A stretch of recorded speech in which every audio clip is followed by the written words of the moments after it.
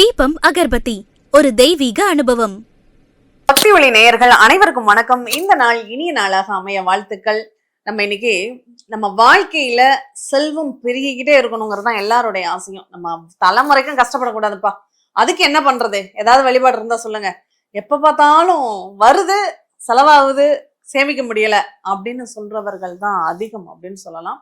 அவங்களுக்காகவே, ஏன்னா நம்ம வாழ்க்கையில ஆன்மீகமும் ஜோதிடமும் இரண்டரை கலந்த ஒண்ணு, இரண்டும் இரண்டு கண்கள் தான். ஒண்ணு இல்லாம ஒண்ணு இல்லை. அப்போ நம்ம ஜாதகம்னு எடுத்துட்டு போனாவே என்ன வழிபாடு பண்ணலாம், இந்த செல்வ வளம் பெருகிறதுக்கு என்ன பண்றது, பொருளாதார மேன்மை பெறதுக்கு என்ன பண்றது, திருமண தடைக்கு என்ன பண்றது அப்படின்னு இதனுடைய ஒட்டுமொத்த நிகழ்வுக்குமே ஒரு வழிபாடு, சிறப்பு வழிபாடு உண்டு. அதுவும் இந்த வருடம் ரொம்ப ரொம்ப சிறப்புக்குரிய ஒரு வருடம் அப்படின்னு கூட சொல்லலாம். என்ன காரணம் தெரியுமா? நம்ம ஆடி மாசம்னாவே வெள்ளிக்கிழமைங்கிறது நம்ம எல்லாருக்கும் ஞாபகம் வரும். அதுவும் எல்லாரும் ஈஸ்வரி பாட்டு வரும் பாருங்க, ஆடி வெள்ளிக்கிழமை அம்மனுக்கு காப்பு அப்படின்னு வரும் பாருங்க. அந்த பாட்டை கேட்டாவே உடம்பெல்லாம் சிலிர்த்து புள்ள அரிச்சிடும். அந்த மாதிரி ஒரு அவ்வளோ அற்புதமா இருக்கும் அந்த ஆடி வெள்ளிக்கிழமையின் சிறப்பு அப்படிங்கிறது. இந்த ஆடி வெள்ளிக்கிழமை என்ன பண்ணணும்? முதல் நாளே வீட்டெல்லாம் சுத்தம் பண்ணிட்டு மாவுனால, இந்த ஆடி வெள்ளிக்கிழமையாவது மாவால கோலம் போடுங்க. நம்ம வெள்ளை மண்ணால போடாதீங்க. இந்த மாவு பச்சரிசி மாவினால கோலம் விட்டு அப்பெல்லாம் சாணியை கொண்டு வீட்டை மொழுகணும். ஏன்னா மகாலட்சுமியின் அம்சம் அந்த சாணத்தால் வீடு மொழுகுவதுங்கிறது ரொம்ப விசேஷம். ஆனா இன்னைக்கு அப்படியெல்லாம் இல்லை. சரி, மனசுக்குள்ள அப்படியே மொழுகும் போதே மஞ்சத்தூளை போட்டு சாணியா பாவிச்சு மொழுகிக்கும். இந்த வீட்டை மொழுகிட்டு ஒரு கலசம், ஏன்னா இந்த 5 வாரம், இந்த வருடம் ஆடி வெள்ளிங்கிறது 5 வாரங்கள் இருக்கு. இந்த 5 வாரம்ங்கிறது ரொம்ப அற்புதமான ஒரு வாரம். ஏன்னா கூடுதலா இறைவன் ஒரு வாரத்தை சேர்த்து வச்சுக்கோன்னு நமக்கு கொடுத்துருக்காரு. அதனால இந்த 5 வாரம் நம்ம கடைபிடிக்க போறோம். ஒவ்வொரு வாரமும் ஒவ்வொரு சிறப்புகள், ஒவ்வொரு வேண்டுதல்களுக்கான ஒரு வாரமாக நம்ம பிரிச்சுதான் இப்ப பார்க்க போறோம். ஆனா மொத்தத்துல இந்த 5 வாரத்தையும் கடைபிடிக்கிறீங்கன்னா உங்க வாழ்க்கையில வறுமைங்கிறதே இந்த வருடம் இருக்காதுங்க. இப்ப அடுத்த வருஷம் ஆடி மாசம் வரும்ல, அதை அப்ப பிடிச்சுக்கலாம். சரியா? அதனால இந்த வருடம் இதை மிஸ் பண்ணிடாதீங்க, இதை தவற விட்டா. ஏன்னா இந்த வருடம் என்ன ஒரு விசேஷம்னா, நம்ம அம்பிகை மாதங்களில் மார்கழியாக இருக்கிறேன்னு பெருமாள் சொன்னார் இல்லையா, கிருஷ்ண பெருமான். ஆனா இங்க அம்பிகை என்ன சொல்றாங்க, ஆதிபராசக்தி மாதங்களில் நான் ஆடியாக இருக்கிறேன் அப்படின்னு சொல்றாங்க. ஏன்னா அந்த ஆடி மாதம்ங்கிறது கடக மாதம் அப்படின்னு சொல்றது. இந்த கடகம்ங்கிறது சந்திரனுடைய வீடு.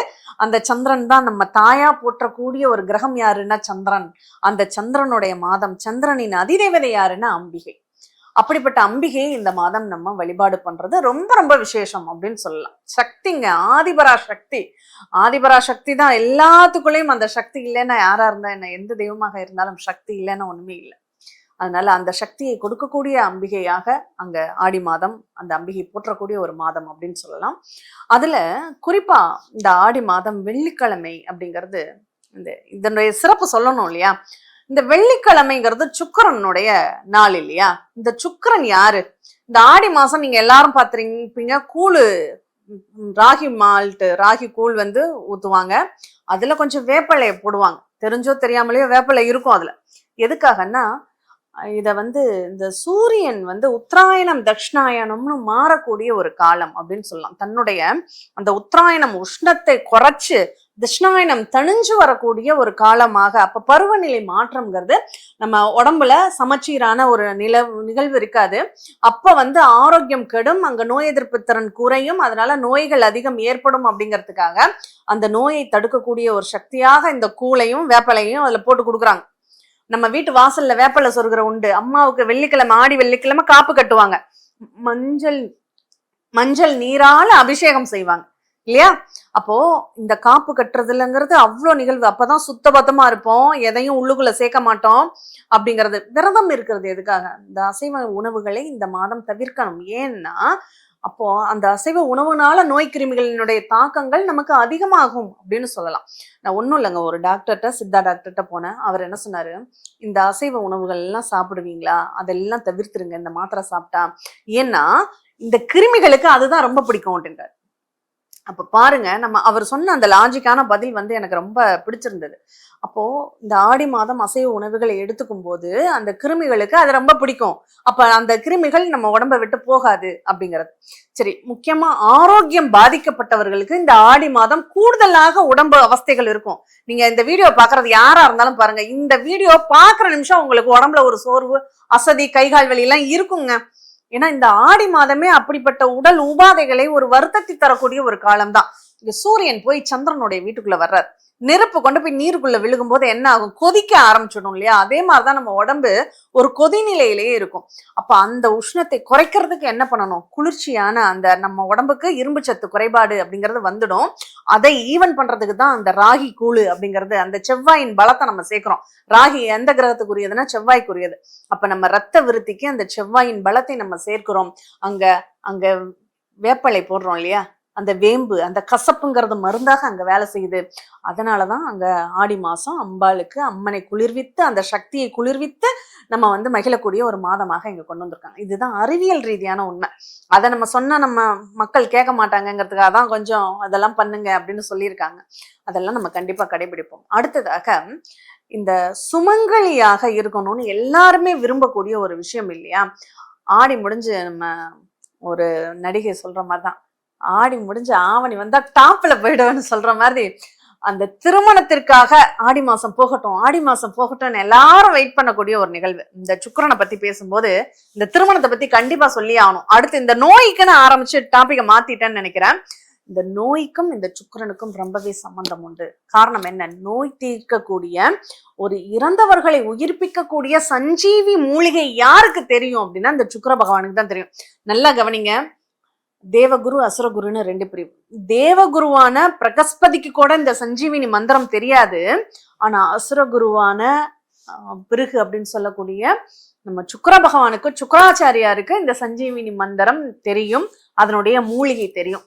அப்போ அவர் இறந்தவர்களையே உயிர்ப்பிக்கக்கூடிய வல்லமை இருக்கிறவர் இல்லையா?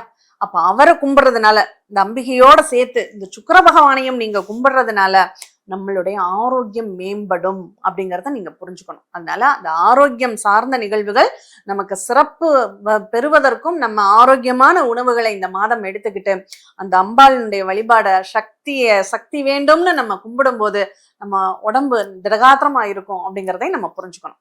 திருமணத்துக்கு வந்துடும். இந்த திருமணம், சுக்கிரன்னாவே திருமணத்துக்கு உரிய கிரகம். ஏன்னா அவருடைய அனுகிரகம் இருந்தாதான், ஒரு ஜாதகத்துல உங்களுக்கு நல்ல அழகான வாழ்க்கை துணை அமையணும் அப்படின்னா அதுக்கு சுக்கிரன் தான் காரணமா இருப்பார். அதனாலதான் அவருக்கு பேர் களத்திரக்காரகன் அப்படிங்கிற பேர் வச்சாங்க. அப்படியே இந்த திருமணத்துல தடை, தாமதங்கள், பிரச்சனைகள் இருக்கு, அது நிறைய தோஷங்கள் இருக்கு. இந்த மாசத்துல இன்னொரு கூடுதல் தகவல் சொல்றேன். இந்த ஆடி மாதம்னா சொல்லிக்கிட்டே போகலாம், ஒரு நாள் பூரா பேசிக்கிட்டே இருக்கலாம். இந்த திருமணத்திற்கு எதெல்லாம் தோஷத்தை தருதோ அந்த தோஷத்திற்கெல்லாம் நிவர்த்தி செய்யக்கூடிய ஒரு மாதமே இந்த ஆடி மாதம் தாங்க. அதை பத்தி ஒவ்வொரு பதிவுகளாக நான் அடுத்தடுத்த பதிவுகள்ல நான் கொடுக்குறேன். தொடர்ந்து நீங்க கவனிச்சுட்டு வாங்க. இப்ப இந்த திருமணத்திற்கு தடைக்கு என்ன பண்ணலாம்னா, முதல் வார வெள்ளிக்கிழமை நீங்க அதை ஆரம்பிக்கணும். கண்டிப்பா நீங்க இந்த வெள்ளிக்கிழமை விரதத்தை பூர்த்தி செய்யுங்க. கண்டிப்பா உங்களுக்கான வாழ்க்கை துணை நிச்சயமாக உங்களை தேடி வருங்க. அதை நான் இந்த நிகழ்வுல நான் அடிச்சு கூட சொல்றேன். நீங்க கண்டிப்பா ஒரு நம்பிக்கையோட நீங்க அந்த அம்பாளை நேசிக்கும் போது, வழிபடும் போது, பூஜிக்கும் போது, சேர்த்து சுக்கிரனையும் வழிபடும் போது, உங்களுக்குன்னு எங்க உங்க வாழ்க்கை துணை பிறந்திருக்கோ இழுத்துட்டு வந்து உங்க பக்கத்துல உங்க கண்ணுக்கு தெர்ற மாதிரி, அதை பற்றி கேள்விப்படுற மாதிரியான ஒரு சூழ்நிலைகளை அமைச்சு கொடுக்கும். இதுல எந்த ஒரு மாற்றமுமே கிடையாது. அதனால இந்த வெள்ளிக்கிழமை விரதத்தை ஆண்கள் என்ன பண்ணணும்னா, தயவு செஞ்சு கையில காப்பு கட்டிக்குங்க. இந்த நண்பர்களோட போனேன், தம் அடிச்சேன், சரக்கு அடிச்சேன், தண்ணி அடிச்சேன், அசைவம் சாப்பிட்டேன் அப்படிங்கிற மாதிரி எல்லாம் இருக்காது. முழு மனதாக, ஒரு பக்தியாக, ஒரு விரதமாக, நம்ம விரதம் இருந்தோம்னா எப்படியெல்லாம் இருப்போம், அந்த மாதிரி நீங்க முழு மனதோட அந்த அம்பிகையை நேசிக்கும் போது, அவங்கள வழிபடும் போது உங்களுக்கு கட்டாயம் அதுக்கான பலன் கிடைக்கும். பெண்களுக்கும் சொல்லக்கூடியது, இந்த நேரத்துலதான் கவலை, வீட்டுக்காரர் அங்க போனாரு, இங்க போனாரு, எங்க போனாருன்னு தெரியலையே அப்படிங்கிறது.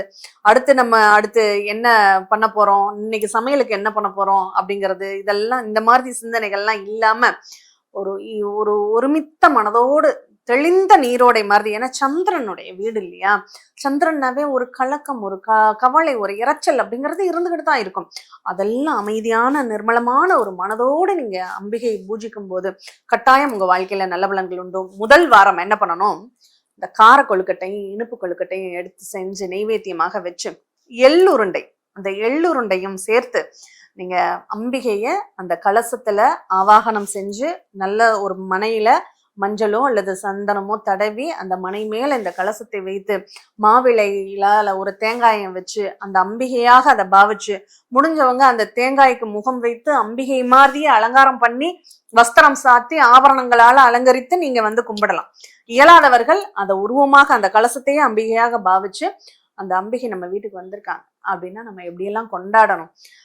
பொதுவாகவே தெய்வங்கள் வந்து கொண்டாடுற இடத்துலதான் இருப்பாங்க அப்படின்னு சொல்லுவாங்க. அந்த மாதிரி அவங்களுக்கு என்னென்னமோ நேரத்துக்கு ஆகாரம் ஏதாவது வைக்கணும். நம்ம இதுதான் வைக்கணும் அதுதான் வைக்கணும் இல்ல, நெய்வேத்தியமாக நீங்க என்ன வச்சாலும் சரி உங்களால முடிஞ்சதை வைங்க. அதுல குறிப்பாக நம்ம சொன்ன அந்த கொழுக்கட்டை, இனிப்பு கொழுக்கட்டை, கார கொழுக்கட்டை, எள்ளுருண்டை வச்சு இந்த முதல் வாரம் நீங்க ஆரம்பிங்க. 5 முக தீபம் ஏற்ற வேண்டும். அது ரொம்ப முக்கியம். நம்ம பஞ்சபூதங்களையும் நம்ம உடம்புல வந்து ஐக்கியப்படுத்தணும். அந்த பஞ்சபூதங்களுடைய அனுகிரகம் இருந்தாதான் உடம்பு சீராக இருக்கும். அதனால அந்த 5 முக தீபம் ஏற்றி நம்ம வழிபாடு பண்ணணும். வெத்தலை, பாக்கு, மஞ்சள் வச்சு வழிபாடு பண்ணுங்க. வேப்பிலை கண்டிப்பாக அந்த பூஜையில இருக்கிற மாதிரி பார்த்துக்கோங்க. ஏன்னா வேம்பு ரூபத்துலதான் அம்பாள் இருப்பாங்க. நீங்க நிறைய பார்த்துருக்கலாம். வேப்பிலைக்காரிங்கிற சிறப்பு பெயர் அம்பாளுக்கு உண்டு. அதனால அந்த வேப்பிலைய கட்டாயம் உங்க பூஜையில இடம்பெறுமாறு பார்த்துக்குங்க. அதே மாதிரி நல்ல ஒரு உணவு உங்களால வச்சு சாமி கும்பிட முடியும்னாலும் தாராளமா பொங்கல் வைத்து சர்க்கரை பொங்கல் நெய்வேத்தியமாகவும் சேர்த்து வைத்து நீங்க வழிபாடு செய்யலாம். இதை ஆரம்பிச்சுட்டு இந்த ஒரு முதல் வாரம் உங்களுடைய கோரிக்கை என்னவோ, உங்களுடைய வேண்டுதல் என்னவோ, அந்த வேண்டுதல்களை முன் வச்சு நீங்க பூஜையை ஸ்டார்ட் பண்ணுங்க. அது தொடர்ச்சியாக நீங்க கடைபிடிக்கிறீங்கன்னா உங்க வேண்டுதல் நிச்சயமாக நிறைவேறும். அதனால இந்த முதல் வாரத்துல இதை ஆரம்பிச்சு கும்பிட ஆரம்பிங்க. 2வது வாரம் என்ன பண்ணுவோம்னு அடுத்த பதிவுல பார்க்கலாம். மீண்டும் இனியதொரு நிகழ்வில் சந்திப்போம். நன்றி, வணக்கம். சாந்தி தேவி ராஜேஷ்குமார்.